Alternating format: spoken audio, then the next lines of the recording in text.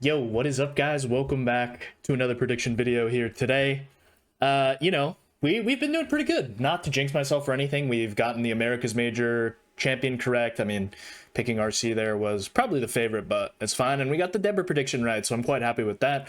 But this weekend, we actually have two majors going on. We have the Wildcard Major and the Open Major, which is going to be players that weren't in the World League. The wild card is going to be players that finished like 13 through, I want to say, a certain place in the World League. So the top that didn't make it essentially already auto-qualified into the World Championship in Copenhagen this year. Is going to be playing. So that's what today's video is going to be about. We're going to be covering the wild card. We're going to break down the players. We're going to break down the matchups. And then I'm going to do a little prediction for you guys, as I've done for all of the previous GeoGuessr events. So without further ado, let's hop in to our tournament here, the wild card, which is happening this Saturday. All right, wild card event. As you can see here, I'm recording it, a bit early in advance, but we do have our matchups here. This is based off of the World League rankings. So Kirania just snuck in there to get a invitation to the wild card tournament. We got Zigzag versus Kirania, so Battle of Australia there. Malfunction versus Trickter. Clement versus Jinji. Fao versus Armani. Harrier versus Sadzu. Mata versus V89. Kratsu versus Spaghetti. And then Panos versus Feneb. So should be an interesting tournament. Should be really a lot of fun. I have not thought of my predictions beforehand, so we'll see how that goes. I'm also going to move my camera down here so we aren't, blocking stuff that are too important here. And let's hop into our breakdown of our players. All right, top seed is going to be Zigzag here, our 14th place in the World League standings. And he currently has a high win rate in NMPZ, which makes a lot of sense, giving Zigzag definitely his strongest mode, but he has definitely gotten a lot better in both moving and no move. I know the APAC result isn't the one that he was looking for, but I still think that he has a chance to do some significant damage in this tournament. He played well in the World League as well, so I honestly think he's definitely a force to be reckoned with. I mean, he is the top seed moving into this tournament, but at the same time, I honestly think that there will be a lot of people who will be counting him out just because of his performance in APAC, and I'm here to tell you that that's just not the case. I honestly think Oscar could do a very, very, very good job. All right, let's move into our next seed here, our second seed, which is going to be Harrier, of course. Harrier, unfortunately, did not get high enough in EMEA, in the major. Didn't win that first match, so he unfortunately did not get into the automatic qualifying for the World Championship. But as you can see, his moving and NMPZ win rate is quite high. I would say he's a very balanced player overall. His knowledge is quite solid on moving, especially. He's devoted a lot of time and effort into memorizing a lot of different area codes, municipalities, kabupatans, Filipino provinces, etc., etc. Probably even learned some kanji, honestly. It wouldn't surprise me from Harrier. But I honestly think he's a very, very balanced player, and he could definitely make a move in this tournament as well. And let's move into our number 3 seed here, which is going to be Kratsu. Kratsu, pretty big mainstay on the world format. He is someone who got to our quarterfinal round, I believe, in the World Championship last year in Stockholm. And I honestly think he has a good chance to make the World Championship again. Obviously, there's only one spot here up for grabs, but his NMP's win rate is quite high, 66.7%. And he is probably one of the better moving players that are in this wildcard tournament. And because you get 2 moving games guaranteed, it's obviously a big advantage to be good at moving at the same time. So I honestly think we can't count Kratsu out of this tournament. All right, Clement is our 4 seed up next. His NMPZ win rate, I think, as I mentioned in the EMEA breakdown, bit lower than I would have expected from him, just because I know he's pretty solid on no move and NMPZ. I wouldn't say he's like the best moving player, but his win rate tells me otherwise, being over 50%. So once again, pretty balanced player overall. And we'll see how Clement does in the upcoming wildcard tournament. Our 5 seed is Fao here from Canada. Probably a very, very, very solid moving player, which, you know, advantageous for him, as I mentioned. Same with Kratsu, 59.5% moving win rate, which is quite good. And then we have the no move is a little bit lower than I would have liked, but I still do think Fao has a chance here. And, you know, I guess this tournament's not necessarily on LAN. He does get quite a big LAN buff. He is the most calm person that I know, knows how to keep the nerves under control. And he never really seems stressed or tilted. So I think, you know, that could potentially play a factor, especially being a virtual event, everybody being at home and playing. I think Fao could potentially do something here in this tournament. All right, Panos here. We saw Panos go quite deep in EMEA. He made quite a good run as well at the end of the World League, as you can see here, 6-game win streak to end off the World League. And he took that momentum with him, getting to the semifinals. And honestly, I do think Panos... Wait, semifinals? No, sorry. He got to the quarterfinals against Debre. But he did play quite well overall. His moving win rate is a bit low, but I honestly think he performed quite well against Debre, and I did mention that in the breakdown that I did with Debre that I posted this past Saturday. And, you know, he held his own for sure against a very, very, very solid moving player in Debre. So I honestly think his moving gameplay is on the up and up. And I honestly think Panos overall, you guys should be buying some Panos stocks right now. Because I honestly think he is quite a balanced player now. He's upped his moving game a little bit more. He's always been good at no move and NMPZ. So I definitely think he has the potential to make a deep run in this tournament and potentially even be considered somewhat of a dark horse here. I guess, I mean, he is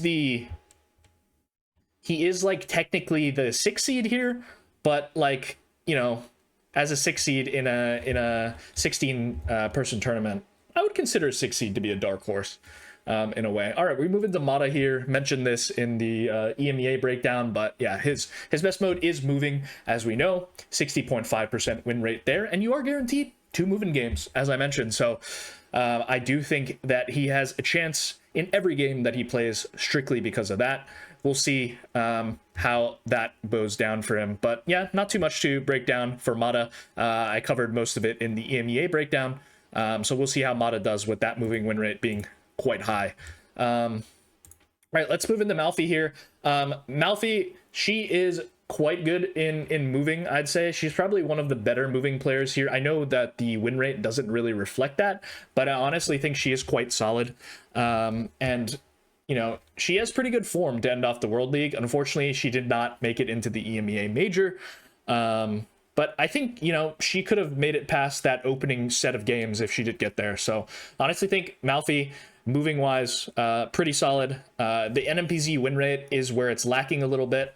Maybe she's been practicing some NMPZ. I actually don't know, but I know that her moving is quite good. So we'll see if that can carry her potentially to the second round and beyond. All right, we will move into Trickter now. Trickter also did not make the EMEA Major, but very solid player overall. I'm surprised his NMPZ win rate is actually so low at 38%. Maybe a low sample size perhaps, but I honestly think he is probably a very solid NMPZ player and no move player. I honestly thought moving was probably his weakest mode overall, because I've always took him to be a no move NMPZ player. But I mean, his moving win rate here is showing to be higher than both his no move and NMPZ. So who really knows? Honestly, maybe I just don't know anything. But yeah, I mean, I would say he's probably a pretty well-balanced player given these stats. And let's see what Trickter can do in the wild card. And let's move into V89 here. V89, once again, stats that surprised me a little bit. He definitely is more of a better no move and NMPZ player, although the stats tell us otherwise here, with a moving win rate of nearly 53%. So yeah, we'll see how V89 does. I honestly think he could be a dark horse as well, just because he does just know a lot of things, you know? He might not be too knowledgeable in like all of the info stuff that you need for moving, but for no move and NMPZ, I do feel like he could hold his best against anyone else in this tournament. All right, rolling on the tail end here, we're going to Feneb now. Feneb, as you can see, his moving win rate is sky high. One of the most solid moving players. He knows a lot of info and all of that. I do think his no move and NMPZ is a little bit lacking, as we can see by the stats here. And we kind of did see that in the Eamon series as well. Had a couple of big blunders there, unfortunately, which cost him against Eamon. And, you know, I do think the moving, once again, very solid. So we'll see how he can build off that momentum from winning a couple moving games, and we'll see if it takes him into no move and NMPZ with a little bit more confidence in this. All right, Armani here. Armani, NMPZ specialist. I would say very surprised at NMPZ win rate is at 50%. I guess you kind of do have to make it there to play an NMPZ game in the World League format and all that. So, I mean, 50%, I would say, like, Armani is probably the best NMPZ player that we have. Him and Zigzag are definitely up there. But, yeah, his moving honestly has improved. I honestly don't think he's that bad of a moving player anymore.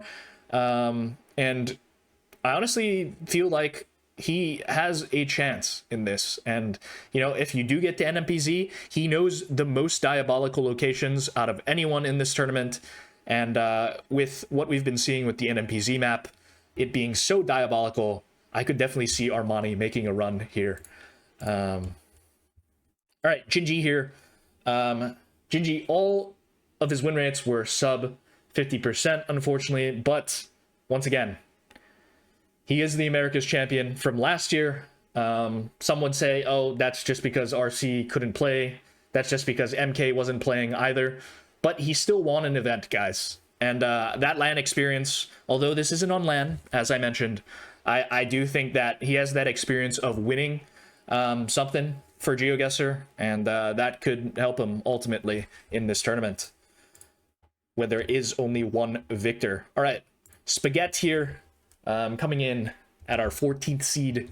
Once again, as I mentioned in the APAC breakdown, very, very solid moving player, but I think he does lack in both no move and NMPZ.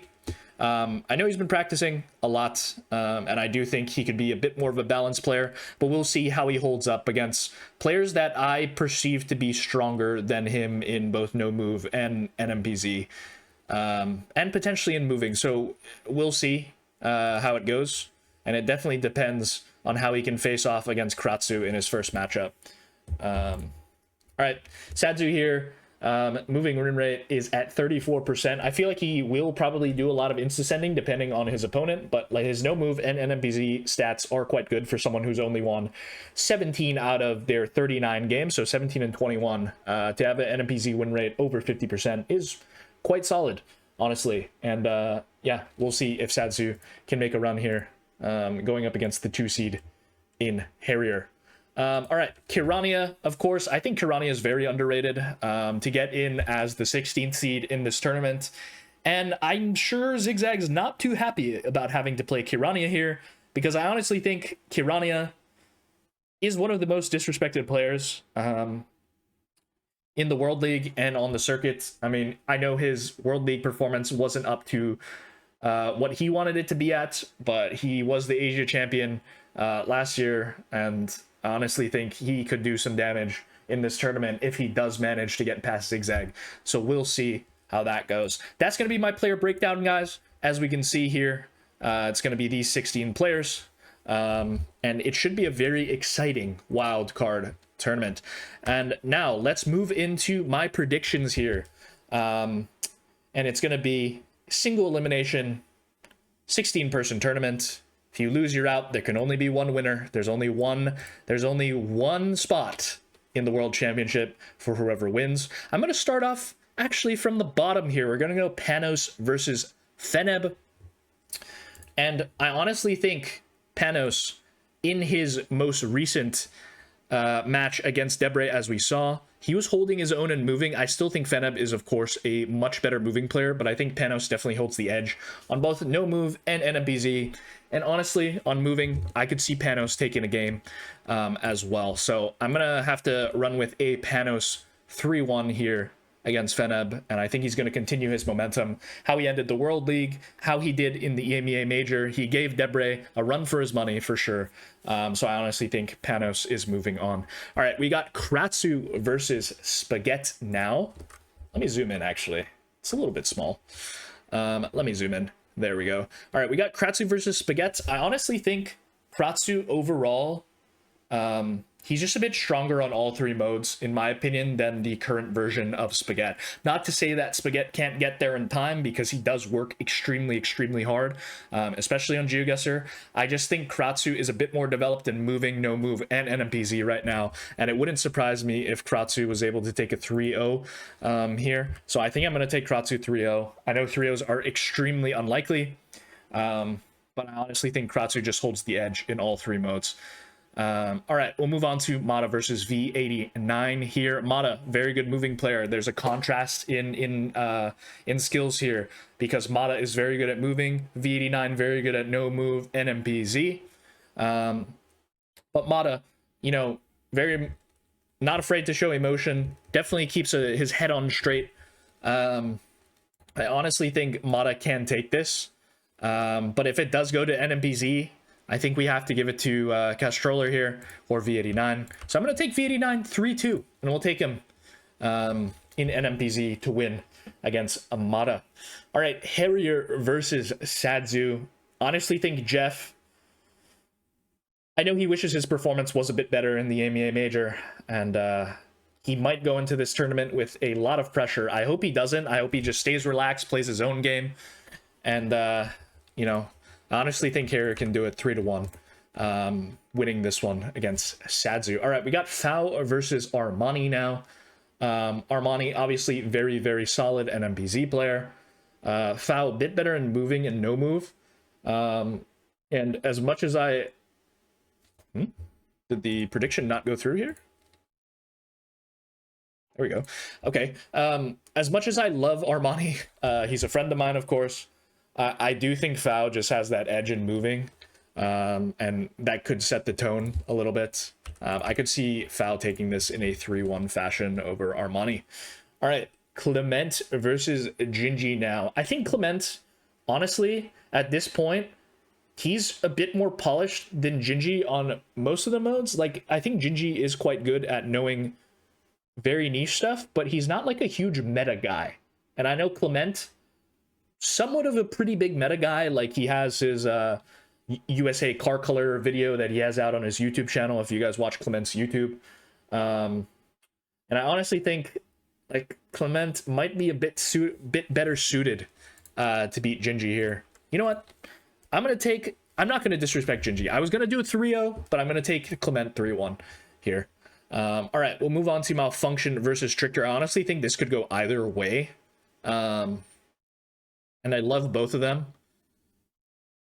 I do think Trickster can hold his own against Malfi in moving. And I honestly think as of right now, Trickster is a bit better at no move and NMPZ than Malfi. So I think I lean Trickster in this one, but I could see this match being very close. I'm going to take a 3-2 for Trickster here. All right, Zigzag versus Karania. The battle for Australia should be exciting. It's tough for me to predict, man. I honestly think Kirania can win this match. Am I going to take a 16 over a 1? I think it's definitely possible. They're both playing an Australian internet. The moving might not be absolutely, like, astonishingly good, but I honestly think Kirania has a chance here. And do I want to take an upset? I'm honestly looking towards it right now. I'm thinking about it. A 16 over a 1? I think it could happen. And I love Oscar to death, man, but I honestly have a pretty high opinion of Kirania. I'm going to take Kirania 3-2 here. Listen, you guys might disagree. You guys might say, I don't know, That's just not happening. But, you know, sometimes you got to do what your heart tells you to do. I honestly think Oscar and Kirania, whichever one wins this match, could go pretty deep in this tournament. So we'll see. All right, we'll move on to Kirania versus Trickter here. You know what? Let's continue. Let's continue with the Kirania train. All aboard the Kirania train, the 16 seed moving on to the semifinal. Once again, I do think Trickter is going to be a bit better in moving, but I don't think Kirania is that much of a slouch in moving as well. Trickter will definitely have the advantage because moving-wise, it's quite tough because he's close to the server and Kirania is halfway across the world from the server. But I honestly think Kirania has a very good chance here. All right, Clement versus Fao. Honestly, if Clement doesn't win this, I think he will get into the Danish wildcard as well. So he might be playing with a little bit less pressure to feel like he has to take down this tournament to actually make it into the World Championship. And because of that, I honestly think Clement and Fao will be pretty even mentally in this. And right now, I honestly feel like Clement is the better player. And I'm going to take Clement 3-1. I know. This is not the bracket that I think you guys thought it would be. But, you know, sometimes you got to do what you got to do. All right, Harrier versus V89 here. I have Jeff taking it 3-1. His moving is going to show out. And I do think he can win a no-move game against V89. So we will take Harrier 3-1 here. And then Panos versus Kratzu. I'm actually going to take Panos here. I honestly think I'm aboard the Panos hype train as well. He played really, really well in the EMEA Major, as I mentioned. As did Kratzu, of course. But I honestly think Panos right now, I could see him doing it. Let's do 3-2 for Panos. Let's do 3-2 for Panos. Okay, I don't know. The reporting. Okay, there we go. All right, semifinals. So we got Kirania versus Clement, Harrier versus Panos. Is this the top four that you guys expected? I don't think it is. I don't think it is. I really don't. Okay, what is going on with... Hello? Okay. All right. We've got Kirania versus Clement. I think on this one, the dream is dead, unfortunately. And we're going to take Clement in a 3-1 fashion here against Kirania. So we have Clement in the final versus... Are we surprised? Are we surprised? We're going to take Panos here, 3-2. I'm all aboard I got all my eggs in the Panos basket. All right? Listen. And we got Panos versus Clement, two newcomers to the pro scene this year. I think it should be a very, very good final if it somehow does get to this. I really don't think my bracket's going to be too accurate. It's a bit easier to predict the majors because you have the top players and you have the favorites of who you think's going to win. But when it comes to the wildcard tournament, I feel like a lot of people are just so even on talent that it's so hard to predict in every aspect. But you know what? I said I was aboard the Panos hype train. I said I was aboard. And we'll take Panos 3-2 in a banger of an NMPZ matchup to end off the tournament. And we will have Panos being our winner here and getting into the World Championship. Yeah. Let me know what you guys think of this prediction. And I'm excited to hear your comments. And you yelling at me in the comments down below. Don't forget to like, comment, and subscribe, of course. Hopefully you guys enjoyed the video. Let me know your predictions down below. And I will see you guys tomorrow for another GeoGuessr video. Peace.